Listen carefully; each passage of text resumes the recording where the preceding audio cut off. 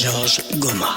Une civilisation brillante à travers une organisation politique remarquable et aussi une vie politique assez élaborée. Dans un premier temps, je veux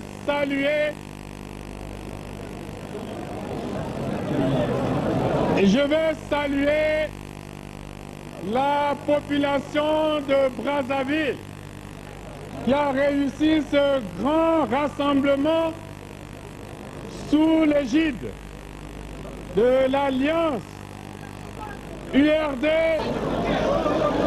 pendant de longues années. Nous nous sommes battus pour la paix, pour l'unité nationale et nous en avons donné les preuves. Cependant est vrai le fait que jamais je ne pourrai accepter que la Constitution soit violée.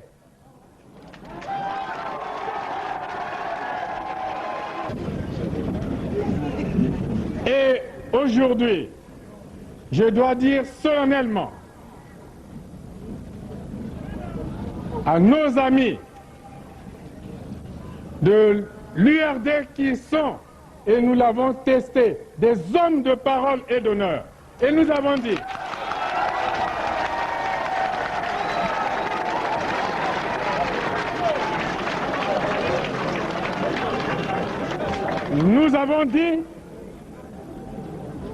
que tant que nos partenaires se maintiendront sur ces positions qui respectent les engagements pris, les intérêts des partis, les intérêts de notre peuple, la défense de la démocratie et des libertés, nous resterons fermes sur ces positions et j'ai dit tout à l'heure d'entrée de jeu que nous avons ainsi réalisé, et vous le voyez, le véritable socle de l'unité nationale et de la paix.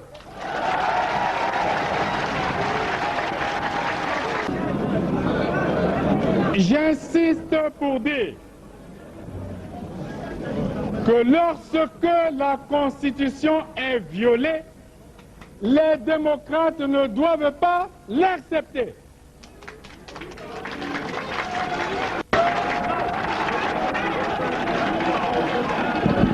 Jamais, jamais, jamais nous n'accepterons qu'un gouvernement censuré organise les élections dans un pays.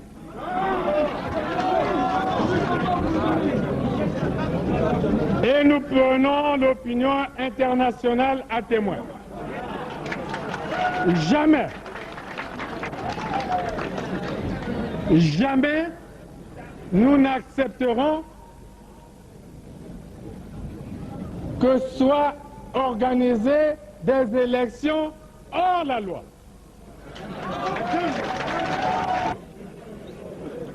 Là aussi, nous prenons l'opinion internationale à témoin. Je crois que tous les responsables de ce pays doivent penser aux intérêts du peuple, à la paix et à l'unité nationale. Partout ailleurs en Afrique où les dirigeants se sont permis de méprise sur ces questions, ces dirigeants ont plongé leur peuple dans les drames que nous connaissons.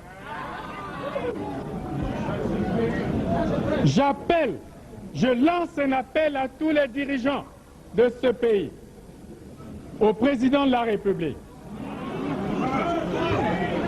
pour que la paix et l'unité nationale ne soient pas mises en danger. Je lance un appel au président de la République pour que nous sauvions la Constitution, pour que nous sauvions la démocratie et pour que nous sauvions la paix. Et pour moi, c'est un principe cardinal, le respect de la parole donnée. Le président Lissouba est en fin de mandat. Les élections présidentielles qui devaient avoir lieu pour le premier tour le 27 juillet dernier n'ont pas eu lieu. Donc, nous allons vers la fin du mandat du président Lissouba sans élection. Et il est en fin de mandat. L'espèce de conseil constitutionnel qu'ils ont mis en place à la hâte pour les manipulations politiciennes que vous observez, déclaré que le président Lissouba pourrait rester au pouvoir jusqu'à la tenue d'élections présidentielles au Congo. Et puis, un conseil constitutionnel qu'on a formé, on sait comment, s'est retrouvé un jour dans une chambre avec 18 députés et sénateurs sur les 200 que compte le Parlement pour se faire une investiture et puis ensuite pour recevoir les requêtes du pouvoir et perpétrer ce que j'appelle un coup d'État constitutionnel. L'avis du Conseil constitutionnel, c'est un coup d'État constitutionnel. Parce que vous pouvez lire toute la Constitution, les articles 69, 70 et 71 en question. On n'a pas besoin d'être un grand clerc pour conclure que nulle part la Constitution ne donne au Conseil constitutionnel le pouvoir de proroger le mandat du président de la République. Plus de 70 ans, on n'est plus éligible. À plus de 70 ans, Eh bien, dis donc, ça, c'est vraiment l'exemple parfait de deux poids, deux mesures. Ce qu'on vient d'entendre là, au dictaphone, c'est un discours de Sassou Nguesso, hein, qui va carrément à l'inverse de ce qu'il disait. Absolument, Caroline. Alors, nous avons mis cet extrait exprès, ça c'est la petite minute du coup d'État constitutionnel en cours au Congo-Brazzaville. Et là, nous avons le président Sassou Nguesso pendant l'éclipse du pouvoir, puisqu'il est resté au pouvoir de 79 à 92, et la démocratie est arrivée en 92. On a élu Pascal Lissouba démocratiquement pour la première fois au Congo pour un mandat de 5 ans, et Sassou Nguesso lui a fait la misère la plus totale pendant les 5 ans pour revenir au pouvoir après le coup d'État de 1997. Alors, ce qu'on vient d'entendre, c'est évidemment ce que Sassou Nguesso reprochait à Pascal Lissouba, qui n'avait pourtant pas dit qu'il n'allait pas organiser les élections. Oui. Et il disait, ce qu'il disait à Pascal Lissouba à l'époque, c'est ce qu'il est en train de faire avec beaucoup plus de violence aujourd'hui. Les auditeurs, les auditrices ont bien compris qu'il fustigeait Pascal Lissouba de ne pas organiser les élections en temps. Et il disait aussi que les démocrates ne doivent pas l'accepter. Et lui, il ne l'accepterait pas que la Constitution soit violée. Il faudrait qu'il puisse réentendre ça, genre. C'est lui qui devrait réécouter ses enregistrements. Il nous écoute en ce moment et il réentend parce que c'est une ironie incroyable. C'est de l'ironie par excellence, Caroline. Donc, nous prenons la communauté internationale à témoin, à CKRL. Nous nous proposons que ces choses-là soient sues. Parce que M. Sassou Nguesso a dit que les dirigeants politiques qui ont joué avec ce jeu-là, le rafistolage de la Constitution, eh ben, ils ont exposé leur peuple à des situations difficiles de guerre civile. Donc là, il faut qu'il prenne ses responsabilités. Parce que c'est lui qui est en train de violer la Constitution en ce moment. Et il sait à quoi il expose ce même peuple. Ça, c'était donc la minute du coup d'État constitutionnel en cours au Congo-Brazzaville, lequel coup d'État nous nous sommes proposés de suivre jusqu'à son aboutissement. Et on aimerait qu'il n'aboutisse pas. On voudrait, oui, que dans ce cas-là, ça ne réussisse pas. Voilà. Que ça échoue pour une fois. Et CKR participe à ce combat-là par l'occasion. Grâce à toi, qu'on nous a Georges donnée. Goma. Merci beaucoup. Sociologue engagé. Et là, ça Absolument. prend vraiment tout son sens. Content de l'être. Voilà. Et ça fait du bien des citoyens comme ça. Je vous invite, auditeurs, si vous avez envie une cause à porter comme ça, la bonne cause. Là, il faut une bonne cause. Georges, on avait commencé, ceci dit, une série de chroniques sur la culture agroalimentaire en Afrique. Oui. Toujours très intéressant. Hein? C'est quelque chose on parlait de la semaine des marchés publics ici au Québec en général. En Afrique, on a parlé des céréales la semaine dernière. Et cette semaine, on parle de quoi exactement? Écoute, la semaine on a parlé des céréales. J'ai bien peur qu'on parle encore des céréales aujourd'hui parce que finalement, on voulait voir un peu les régions de l'Afrique. Oui. On avait commencé par la région de l'Afrique centrale avec les tubercules du manioc et toutes les racines qui se forment les produits de base, là, les aliments de base. Et puis dernièrement, on est passé en Afrique de l'Ouest où c'est beaucoup plus les céréales avec le sorgho, autour du sorgho, du mil et tout cela. Et aujourd'hui, en fait, pour terminer un peu cette série-là, Caroline, on va parler de l'Afrique du Sud. On va parler de l'Afrique du Sud. Qui dans mon esprit, je dis bien dans mon esprit, a un territoire qui est plus, je dirais, varié, beaucoup plus, où la culture est plus prolifique. J'ai pas le prolifique, on va le dire parce que l'Afrique du Sud, d'une manière géographiquement parlant, est un pays qui a une grande partie de désert. Le désert du Kalahari est en Afrique du Sud. En tout cas, ils ont les vins. Oui. Mais mais le problème, c'est qu'il y a une partie qui est désertique. Oui. Mais l'autre partie, surtout dans le Cap occidental et dans le KwaZulu-Natal, dans la région du Limpopo, c'est un grand fleuve en Afrique australe, ces régions-là sont très arables. Oui. Ces régions-là ont une bonne pluviométrie. Or, là où il y a la pluviométrie qui est abondante, les cultures prospèrent. Mais on va dire quand même quelque chose rapidement sur l'Afrique du Sud. Mais tu sais que l'Afrique du Sud, c'était d'abord ceux qui ont bâti l'Afrique du Sud en tant que telle pendant qu'on découvrait l'Amérique de l'autre côté là-bas, on découvrait l'Afrique aussi, mais c'était les fermiers hollandais. Oui. Les fermiers hollandais à l'époque qu'on appelait les Boers. Les Boers. Et les Boers, quand ils passaient là, ils allaient aux Indes. Le chemin des épices. C'était un chemin, parcours, voilà. Ils arrivaient au Cap, ils se rafraîchissaient pour continuer. Et cette fois-ci, quand on a commencé à exploiter l'Amérique, les Hollandais qui étaient là se sont dit, écoutez, plutôt que de continuer vers les Indes, essayons de voir un peu à l'intérieur des terres aussi. Oui. Et ils ont commencé à rentrer à l'intérieur des terres pour voir que finalement, il y avait des choses à faire. Ils se sont installés là. Et figure-toi que ces fermiers hollandais, qu'on appelait les Boers, qui ont constitué cet état du Cap, à un moment, ils ont voulu couper avec la mère patrie qui est la Hollande. Et en voulant couper avec la mère patrie qui était la Hollande, ils sont débarrassés de tous les aspects culturels qu'ils avaient apportés de la Hollande. Ils n'étaient plus des Boers. Ils sont devenus indépendants. Voilà. Ils sont devenus des Afrikaners. Ils ont eu leur propre langue, leur propre religion et ont établi des relations diplomatiques avec la Hollande. C'est un peu comme les Anglais en Amérique, les Français en Amérique, ainsi de suite. Ouais. La démarche était la même. Alors, maintenant, on voit très bien que l'agriculture, finalement, avec les fermiers hollandais, l'agriculture est un secteur qui prospérait à l'époque. Et l'Afrique du Sud est arrivée à être un grand exportateur des produits alimentaires des produits alimentaires agricoles et d'élevage, Oui. bien évidemment. Alors, quand on parle d'exportation, à travers l'Afrique ou à travers le monde? Ah non, mais c'est à travers le monde. Oui. Parce que quand même, c'est l'Afrique du Sud sous apartheid. Et l'Afrique du Sud sous apartheid, c'était presque compté comme un pays de l'Occident. Tout à fait, Voilà. t'as bien raison. Absolument. Donc, c'était ça le truc. Et puis, il faut savoir aussi que quand même, cette production agricole ne représentait pas finalement grand-chose dans le produit intérieur brut.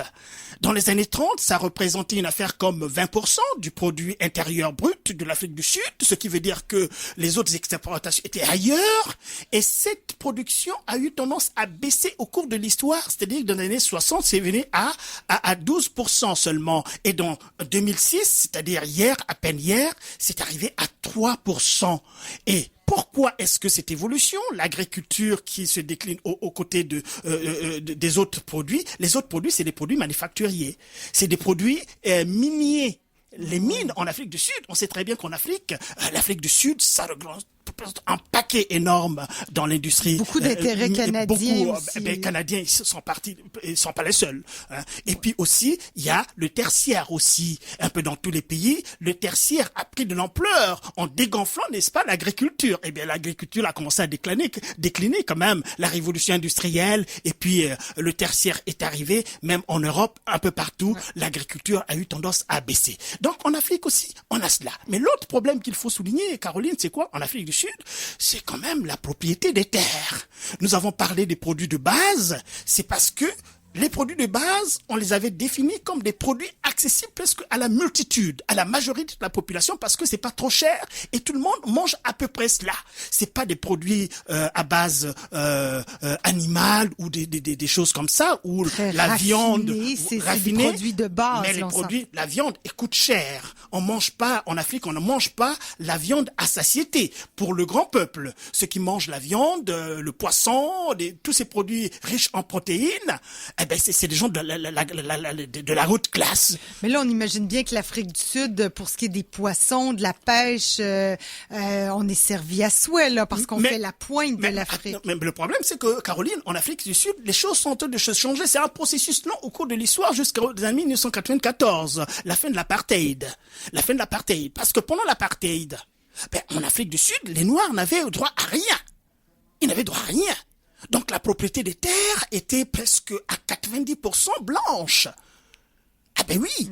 Mais c'est avec la fin de l'apartheid, maintenant qu'on a commencé à revoir en Afrique du Sud avec quand même quelques souplesses, parce que ce qui était formidable avec Mandela, qui est resté le plus vieux prisonnier du monde, 28 ans en prison, enfin une chose dans ce genre, sous apartheid, quand il est sorti de prison, il est devenu président, les Blancs d'Afrique du Sud pensaient qu'il va prendre sa revanche. Ouais, mais c'est pas ce qui s'est passé, c'est tout à fait le contraire, puisque les Blancs qui étaient en Afrique du Sud bien installés, quand Mandela est arrivé, ils sont partis. Ils sont un peu comme ici, quand De Gaulle est venu déclarer à la mairie de Montréal, vive le Québec libre, qu'est-ce qu'on a vu?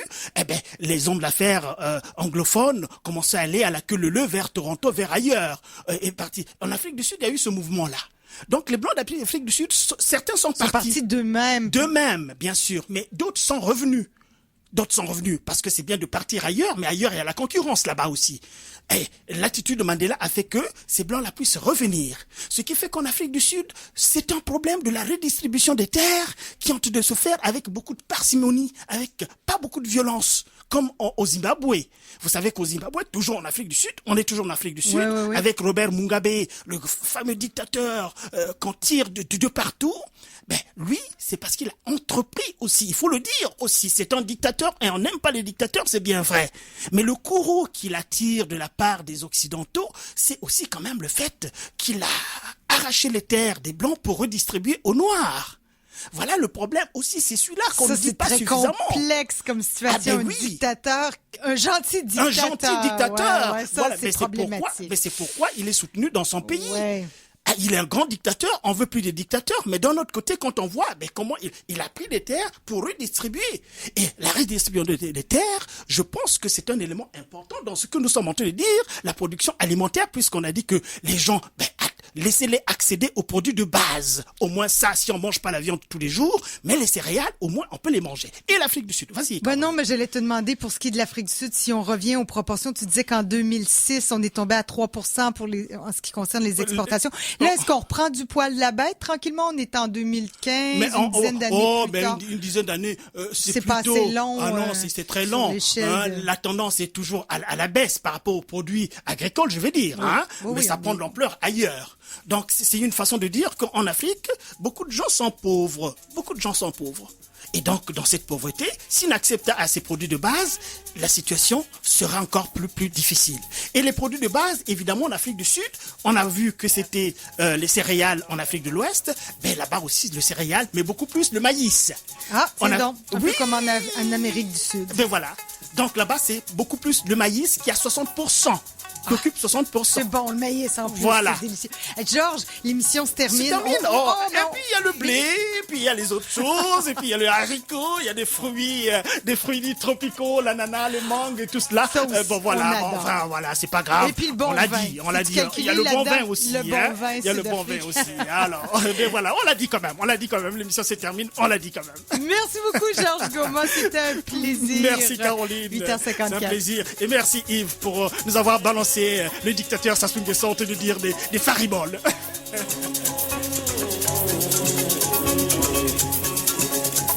Il y a un gouffre qui est